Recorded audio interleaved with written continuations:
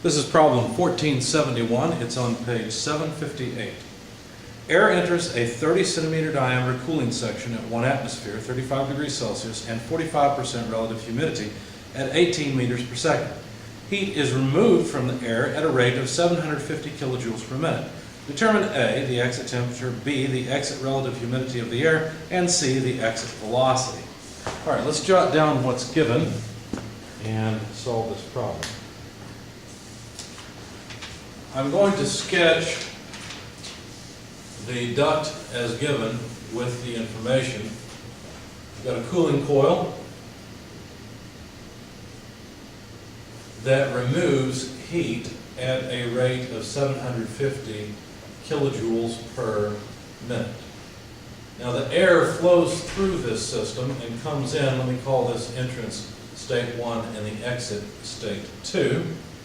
It comes in with a velocity of 18 meters per second, a temperature of 35 degrees Celsius, a relative humidity of 45%, and a pressure of 1 atmosphere. Okay. So there's state 1. The ductwork, by the way, is 30 centimeters in diameter. And that's probably not a good symbol because we've already used feet for relative humidity. Anyway, we're supposed to find part A, the temperature at the exit. I'll tell you what, let me just put it over here. T2, the relative humidity at the exit, and the velocity at the exit. Now, in order to solve this problem, not only do we need state information, not only do we need properties, which we can find because we've got the information we need, but we also have to use an energy balance. So let's just begin with the energy balance.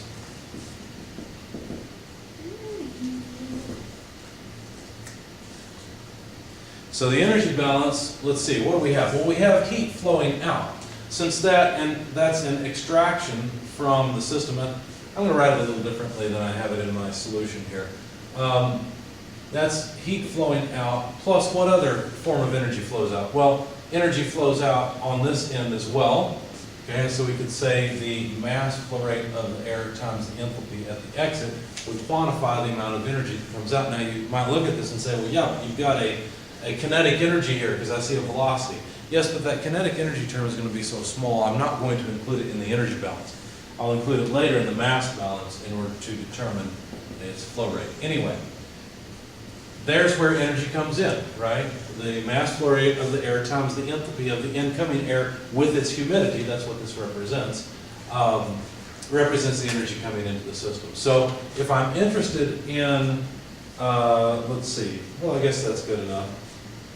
I better find out some properties, right? So from here, we can look up properties for the air. How do you do that? Well, you go to the psychrometric chart, since this is at 1 atmosphere, and you just read off everything you need.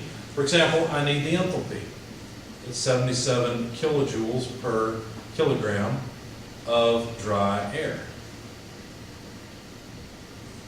What else? Well, I can read off the absolute humidity. It's 0.0014. And I can read off the specific volume. I may as well get all of them while I am there in the chart. Instead of writing dry air all over the place, I'm just going to say per kilogram of air. So why did I do all of this? Well, notice now I can get the mass flow rate of the air. How? Well, with volumetric flow rate divided by the specific volume. Well, that's great, but I don't have the volume flow rate. But I do have the velocity, and I have the cross-sectional area, or at least I can get the cross-sectional area from the diameter, right? And so since the diameter is 30 centimeters, then the radius is 0.15 meters. Let me just convert the units as well as I cut it in half for the radius. So the velocity, and I should have put a 1 there on that velocity. The velocity coming in is 18 meters per second. The area would be pi multiplied by 0.15 meters squared. And the specific volume we read off was 0.895 cubic meters per kilogram of air. So when you plug all of this into your calculator, you'll find a number, 1.4216, but what units does it have? Well, let's see. We've got cubic meters here per second and cubic meters in the denominator. So the cubic meters can go away. The kilograms of air will go to the numerator, so it'll be kilograms per second as the mass flow rate of air. Kilograms of air per second. So there we go. We move the air over a little bit. Okay, so now we've got the mass flow rate of the air. Notice we have the heat extraction rate. If we were to look up, which we did, the enthalpy of the air coming in, well, then we could find out the enthalpy of the air leaving. So the enthalpy of the air leaving, let's see, H2. We have to be careful here because, let's see, I've already taken this to be a flow out. And so when I move it over to the other side, it would be a negative Q dot divided by, let's see, when I move it to the other side, I'm going to eventually divide by the mass flow rate of the air. There we go, plus H1. All right, so we know the heat flow rate out at 750 kilojoules per minute, but really we like that in per second, so I'll just convert it in the equation. So 750 kilojoules per minute multiplied by 1 minute per 60 seconds gets rid of the minutes problem. That's Q dot divided by the mass flow rate of the air. Well, we calculated that, 1.4216 kilograms of air per second. So the seconds go away, and we've got, what, kilojoules per kilogram of air. That's good. Plus the enthalpy in state 1, which was 77 kilojoules per kilogram of air. We plug all this into the calculator, we find this is about 68.2 kilojoules per kilogram. So we've got the enthalpy in the second state. We weren't asked to find it, but we have it. What good does that do us? Well, notice that the absolute humidity in state 1 could be equal to the humidity in state 2. How would we know? Well, from the psychrometric chart, we can figure it out. Let me show you. So let's go to the psychrometric chart, page 953, since we're in metric units, and find the data point that represents the incoming condition. So the incoming state, state 1. We know that the pressure is 1 atmosphere. That means we can use the chart. Temperature is 35 degrees Celsius. That gives us where we're at on the x-axis, because that's the dry bulb temperature. And then relative humidity of 45%. That tells us which line we're on. So let's see. 35 degrees Celsius is right there. If we go up to a 45% relative humidity, okay, we're right about there, and we can read off the absolute humidity. That's what I did before. Now let's see. I'm getting something different this time. I may have made a mistake when I saw this before. Yeah, I think I made a mistake. I can't trust my solution then. Let me go through this again. It's 35 right, or is it 25? Did I mess that up? No, it is 35 degrees. 45% relative humidity. Okay, let me be careful then.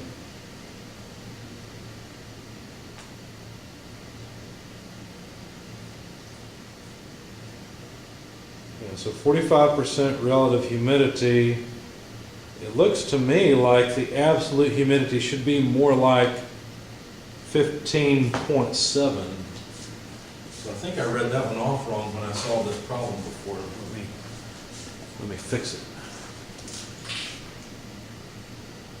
Let me check my enthalpies and specific volumes as well, because those will make a difference later. Let's see.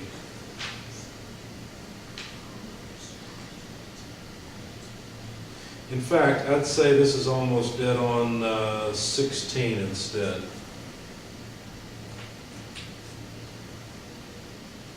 So let's see.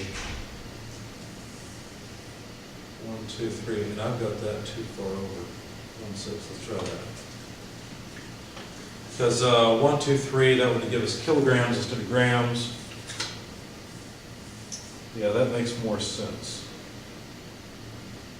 Okay, I don't know what I did wrong before, but anyway, that seems to be the state point. Now, if I read off the enthalpy, let's see, it looks like the enthalpy ends up being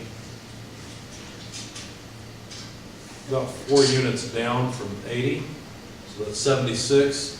So let's see, I don't have a calculator with me, but I guess I don't need one, do I? If I just subtract 1, then that should go to 67.2.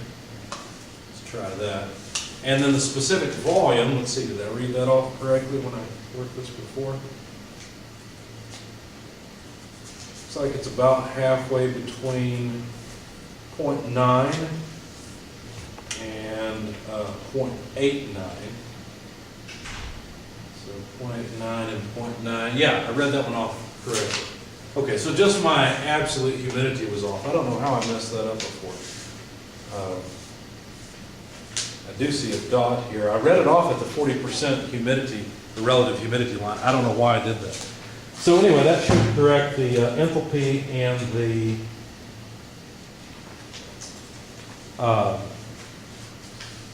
specific volume. Okay, so now let's answer the original question, which is, how do I know if the amount of water that was in the air here is the same here? I mean, it's possible that enough cooling occurred that some of the water came out of the air, right? That's possible. Some of it could have condensed out.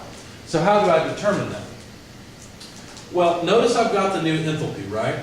Let's start off assuming that the relative humidity remained the same, so 0.016. With the new enthalpy of 67.2, where does that put me in the chart?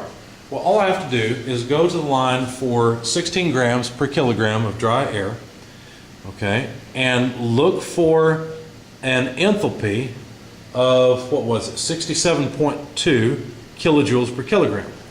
Well, where is 67.2?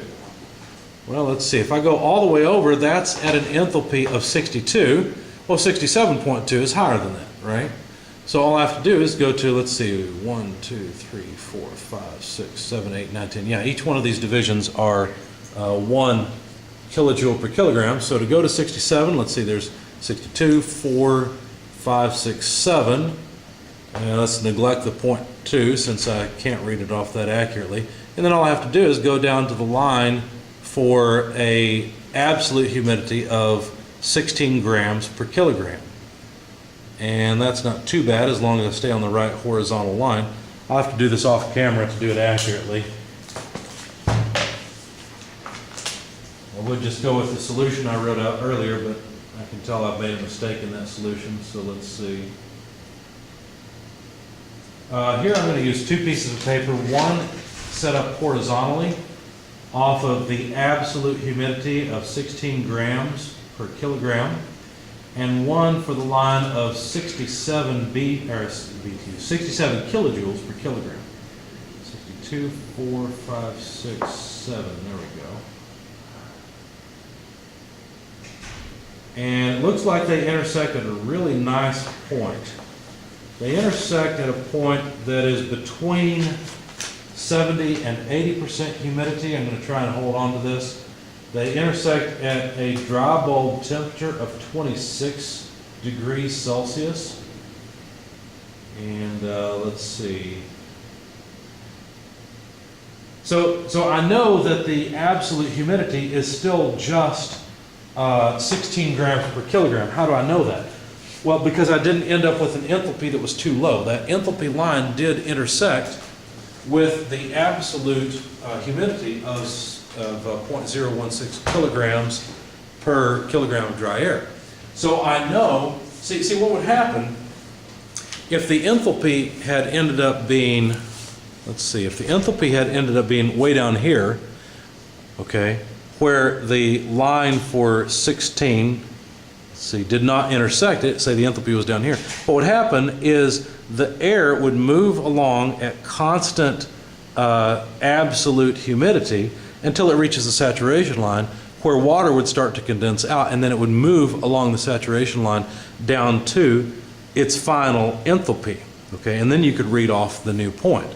In our case, no water condensed out. So what we just discovered is that the absolute humidity at the exit is equal to the absolute humidity at the entrance. Since that's the case, I'm sorry, this is now 67.2. This was a mistake I made earlier.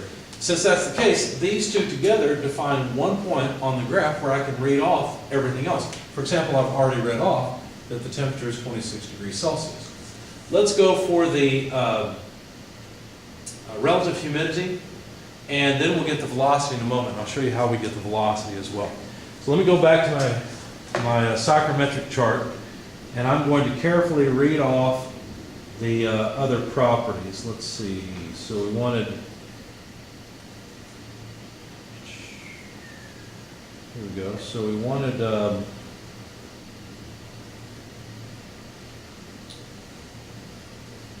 absolute humidity of 16 grams per kilogram.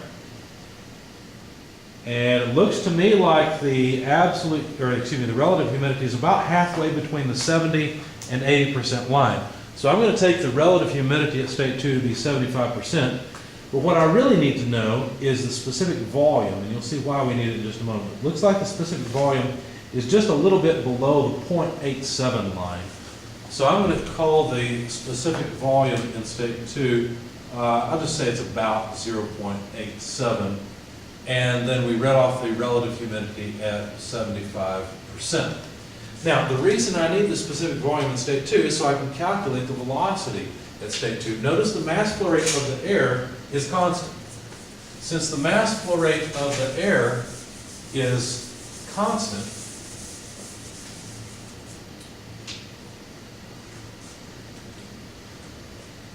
then I can also write that this is equal to the velocity at state 2 times the area divided by the specific volume at state 2. Okay? And so if I solve for the velocity at state 2, and really this is just a mass balance, this is where it comes from. If I solve for the velocity at state 2, then what I would end up with is the mass flow rate of the air times the specific volume at state 2 divided by the cross-sectional area of flow. Okay? Now, the mass flow rate of the air we had, I've erased it. I should have it on my sheet. It was correct because I had actually properly read off the specific volume at the entrance. The only thing I messed up was the enthalpy and the absolute humidity. Let's see. So,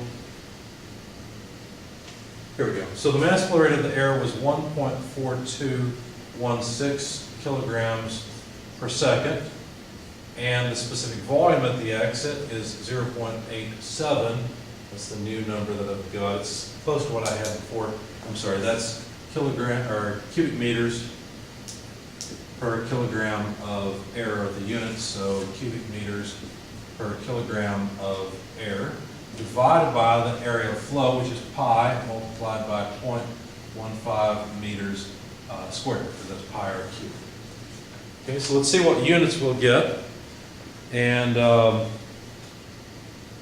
let's see, looks like I had a specific volume of 0.872. Really, it should be a little less than 0.87, so 0.872 would be wrong.